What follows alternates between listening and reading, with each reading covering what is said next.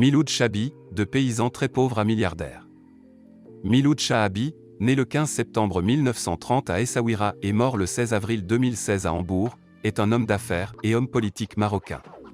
Il vivait près de la ville d'Essaouira, dans une famille qui avait du mal à nourrir ses enfants. Le petit Miloud aurait pu ne jamais sortir de son village natal s'il n'avait pas décidé un jour de prendre la fuite, parce qu'une brebis du troupeau dont il avait la garde a été mangée par un loup, comme il disait. Plutôt que d'affronter la colère de son père, le jeune berger analphabète vagabonde de village, doit, en village, travaillant dans les champs et les souks pour survivre, avant de s'installer à Kénitra, la ville qui lui portera chance et fera éclore sa fortune.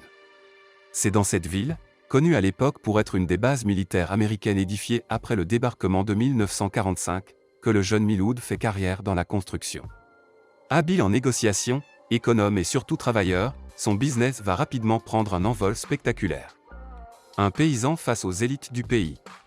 Contrairement aux hommes d'affaires issus des élites du capitalisme marocain, constitués de familles d'héritiers et qui ont déjà un réseau bien constitué, Miloud est un paysan autodidacte qui construit sa fortune de ses mains, à la seule sueur de son front.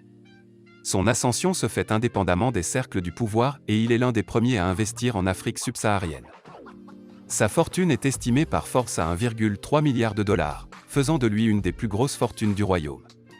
Miloud Chabi est également très engagé au profit des plus démunis, souvent à titre anonyme, ou ses aides à la presse marocaine, à titre philanthropique mais aussi pour se ménager des canaux d'influence. Alors qu'avez-vous pensé du parcours de Miloud Chabi?